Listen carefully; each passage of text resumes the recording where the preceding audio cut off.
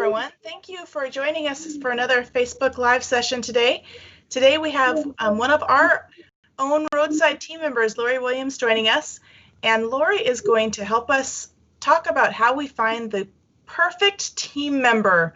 We know that that's been some of the feedback we've heard a lot in 2020 was that with the COVID layoffs and then getting people back, they were really struggling to find the right fit for the office. And probably more than ever, that was some of the feedback that we heard on the challenges that dental practices were experiencing was getting the right team in place, getting team cohesion, and finding the right fit for their practice. So Lori, I know you have some experience in the interviewing roles before you joined Roadside. So let's just talk for a second about the process. What would you say would be, how would you coach an office to find the perfect candidate? I know we were calling them the unicorn team members, the ones that are actually the elusive team members that you hope to find. What would you say they could do before they start the hiring process to really decide how they're going to find that unicorn? Yeah, that's a great question, Angela. Thanks for having me.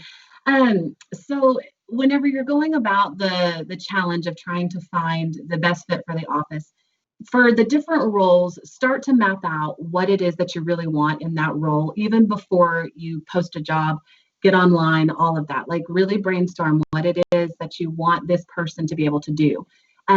What I think works best, especially in the front desk roles, treatment coordinators, things like that, you can teach someone dental, but I think it's a better, more proactive step to find more of a marketing-minded individual for those roles.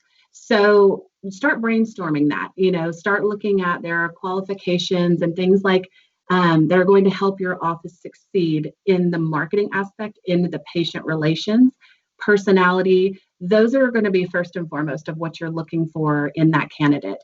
So as you start to build the job post, actually build in that language of need to have a marketing background or be comfortable with social media. Some of those things are going to be really critical in the actual job posting itself as it starts to track in those applicant tracking systems, going through the algorithms, finding those resumes that are going to match. So, brainstorm first and then start to build your job post so that it reads with some marketing language, patient relations, not just dental verbiage. And that's going to help get you a broader net of candidates so that you cast that net wide and you get a good return on who you're looking for as a candidate. Yeah, those are great ideas. I think for the clinical roles, it's a little more straightforward as to the skills you need. You need to have this, you need to be a hygienist, you need to have this certification, or for the back office, you need to have this skill set. But even I think for those roles, if you do have an influx of many candidates, it's nice to be able to kind of sort through them based on who's going to help your practice grow. So even within the clinical roles, it's probably a good idea to add some of those elements to decide what your practice is going to look like, what skills you need or what help you might need. Absolutely. So once they define who they need, what are some places that they can look for them? I think that's one of the things I hear offices struggle with is they, with the exception of going to an agency that sends you people, how else would they find a good candidate? Where are the candidates hiding? Absolutely. And that's the big hurdle, right? Is where do we find these people? And you touched on a good point there as well. Even though it's a clinical position, there are lots of dental hygienists, assistants that do have a marketing background as well, or they are familiar with social media. So yes, don't just kind of narrow it in that position as well. But to answer your question, there's multiple places you can look. So first and foremost, I would say start reaching out to your patients, to your target audience. You'd be surprised how many people are actually looking for a job that have those skills that you might already have a relationship with. So, it's a good idea to post on your business Facebook page that you're looking for someone. I have personal experience with that. I was a patient of the doctor that I went to, and then I started working for him. That happened to me twice, actually. And it was simply because they announced that they were looking and I had made that information known as well. So, cast the net wide, ask who you know, who's looking for a job, look in your community groups, networking groups. So referrals are always best. So get the word out first and foremost that this is what you need, this is what you're looking for. And then other places, be proactive, not just reactive. So don't just put a job posting out there on Indeed and wait for the leads to come to you. you need to actually go out there and start searching out the candidates. So platforms like LinkedIn will allow you to do that. Obviously on Indeed, you can go out there and do a proactive search as well. Glassdoor is another good one that you can search for. And don't rule out the Facebook groups, the Instagrams, all of that. There's going to be people that are actively looking for jobs, and you can search the hashtags of, job needed, marketing, start to put in the different parameters that you're looking for, and these people will start to show up in your feed. So those would just be some kind of quick tips I would suggest. And, don't rule out an agency. If you need help with that, they obviously come into contact with a lot of candidates and they know who's looking. So, just add it to your arsenal of different places that you're looking for, and don't just narrow it to one platform. Yeah, that's a good idea. I think some of those for the medical dental world, sometimes they get kind of stuck in their box as to where they can look. And so reaching out to different platforms, because like you mentioned, there is people with the clinical skills that are on different platforms looking. So those are good reminders. So once the candidates start rolling in, how do you go through the interview process, kind of weed through candidates, make it the most productive? Because I mean, it's actually a good problem if you have too many candidates. And for clinical, we hear right now that that's not the case so much. But for the front office positions, that can sometimes be more candidates than they even know how to weed through. So what is your tips for that? Yeah, so, and it's a good problem to have when that starts happening, but it can be a real challenge on the back end for the people that are making those decisions. So I always recommend go through the resume, and you want to start looking for certain things that could be red flags. So major job gaps, things, short tenures without an explanation of why they left that role. Sometimes things do happen, and layoffs have happened. So be cognizant of that as you're going through the resumes, that if you do see a short tenure, but they've had a really good work history, don't just rule that out, because it could have been that they went through a layoff and it's to no fault of their own. So yeah, go through this. In 2020. Especially in 2020. That's going to be common. So keep that in mind as you are sifting through resumes. If you see short tenures in 2020 or even at the tail end of 2019, don't rule those people out, because it's probably not their fault. But yeah, definitely look at their skills section. Do they have translatable skills? So do they have the skills that maybe they did this in another job? It's not specific to that industry, but it could be used for your dental practice. So, were they good at multitasking? Are they good at the client relations? I've seen people even like in real estate where they have transferred over into the dental world, because there are a lot of transferable skills in those two industries, working at a fast pace, working multitasking, and having to do high level patient relations, client relations, those types of things. So don't just keep that narrow focus of have they worked in a dental office, broaden it out just a little bit and see, have they done things that would be translatable to your practice and help your practice grow. So that's, as you're weeding through the resumes, keep those things in mind, just so that way you have a better understanding of what their background could bring to you. Right. And I think that's a good reminder also for the positions that you're hiring, is that sometimes, for example, if you're hiring someone for patient coordination or for treatment planning, having someone who has some sales experience can actually be a really good fit, because they may already have some of the skills on how to reach people, how to connect with people, how to sell the benefits of the treatment, and you just have to teach them the dental version, the dental side. So I think a lot of times offices get stuck in, do they have dental experience? Do they have our particular office type experience? But especially for those more administrative positions, broadening that a little bit would be, I think, really good. What about finding the right fit for personality and for team cohesion? Again, we hear so much in 2020 that has been their biggest challenge, was coming back to a team that, let's just say, was rockier than it was before, and the new personalities didn't all jive. I know it takes a while for new teams to start really being a unit, but how do you find the right person for that unit? Such an important concept to be thinking about whenever you're bringing in a new person, because dental offices are unique in that it's like family. It's a very family atmosphere. You get very close with your staff. It's just the nature of that business. It tends to lead itself to that. But so you don't want to bring someone in that may not be a good culture fit or personality fit. And that's, I like personality tests to kind of get to some of that early on, but I don't like to hold just to those because some people aren't good test takers or, whatever. But I think a good way to really implement and figure out, is this the right person for our office, is to do a working interview. Once you've narrowed it down to 2 or 3 candidates, then do a working interview.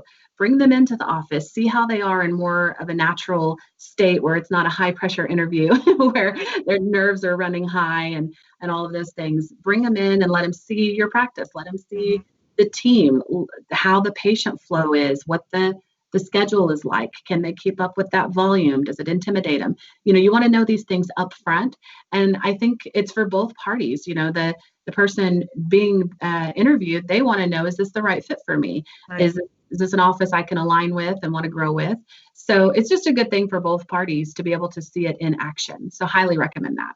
Yeah, I was actually I'm kind of piggyback on that and say, playing the devil's advocate on the hiree side, I think that it's really important. I know that being in the dental industry for, let's just say, over 20 years, I did my share of time in the actual real world practices.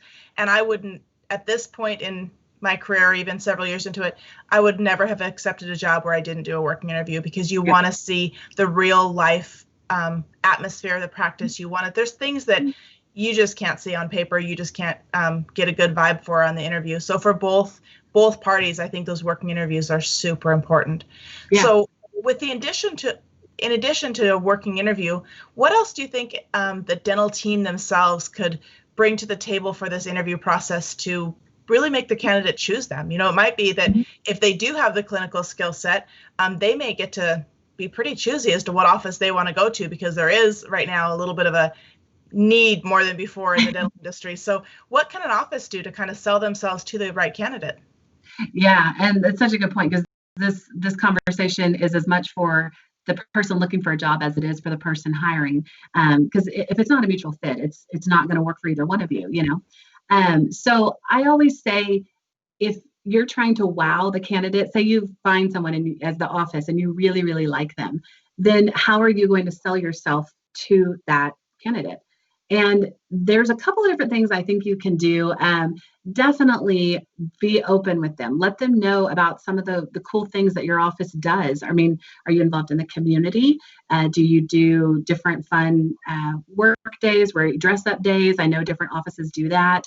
Do you have certain perks? Are you closed during the winter holidays at the end of December? Different things like that can be very attractive. Are you closed on Fridays? Stuff like that might be more of an interest to them. Let them know this. Let them know that during the interview process, really, even before the working interview. I know when I was back in the dental world, we used to take an annual trip if we hit bonuses. So I got to go to Disney World and Maui and other places because that was what he had set up as the incentive. So selling that to me during the interview was, a no-brainer. So, you have office, there's office A over here that doesn't do that, and office B is going to take you to Maui if you work hard. No thought needed. But 2 trips to Hawaii and 1 trip to Vegas. That sold me on hitting production bonuses for the year. Yep, I'll go to Hawaii with the team. Exactly. It's like, okay, how late do I have to work every day? Sure. Yeah. There's more of a willingness of that attitude to respond when there's things like that on the line. So, and it just builds team cohesion. But definitely have your team members be involved in that process as well. Even though they're not the decision makers, right, they do have valuable input. So get their feedback as well, but have them, meet these candidates and share their experience and what they love about the job and what makes it unique and why they chose that practice over another one. There's all sorts of things like that you can try to sell the candidate on so that they choose you as they're doing their own interviewing. Right. And I know this could be a topic that could be a completely different live session, and it may become one. But once we've hired them, what are some tips you'd give to the employers, the practices to retain the dream team? I mean, you have a team member that is really valuable to you. What are some things that you can do to keep yourself valuable to them? Yeah, well, and what I always say is, so let's take last year, for example. So with 2020, layoffs were happening, patients, stopped coming in, offices had to close. So at that point, I think people, got nervous, and how can you best retain those workers? So doing a lot of cross training during that time when times are slow, I think it's really good to have. So maybe you have your treatment coordinator or your front desk team is really great at social media. Then during slow times, they can train hygienists and dental assistants on some of those different avenues where you can get online, keep yourself in front of the patients, post some Facebook stories, different things like that. Make them part of the process so that they're more valuable to the team. They start to broaden their skill set up. Therefore, you want to keep them, retain them, and they become an asset to the office. So it's all about that team mentality, keeping everybody engaged, keeping the lines of communication open, being honest with them, and just making them, let them know their worth and that they're important to your practice. And I think all of that continues that collaborative effort, even in really hard times. You want to stick together as a team. Right. And I know that we are very hopeful that there won't be additional closures in 2021, but I think everyone is very aware that we don't know what the overall economy and what the practices are going to look like in this next year. And there might still be a lot of adaptability that's necessary. There might be some changes to the way practices function. There could be some changes to scheduling. There could be a lot of required necessary adjustments to our status quo or normal. So, keeping that in mind, and like you said, the team environment is so important, getting everyone on the same page so they are working together to accomplish the goals of the practice, and that there's no silos, that people don't feel divided between the back and the front, but really keeping them unified is going to help really ride out whatever storm we might still have ahead of us. We all hope that there's going to be a magic easy button when the calendar turned, but it's not looking that way quite yet. So we still might be a few more months of a little bit of crazy time. So I think those are great tips for everyone. Thank you so much for joining us today. And we may be doing another one in a couple of weeks just on team building and cohesion and how to keep the team strong. So we'll be talking with you soon, Lori. Sounds good. Thanks, Angela. Thanks. Bye. Bye-bye.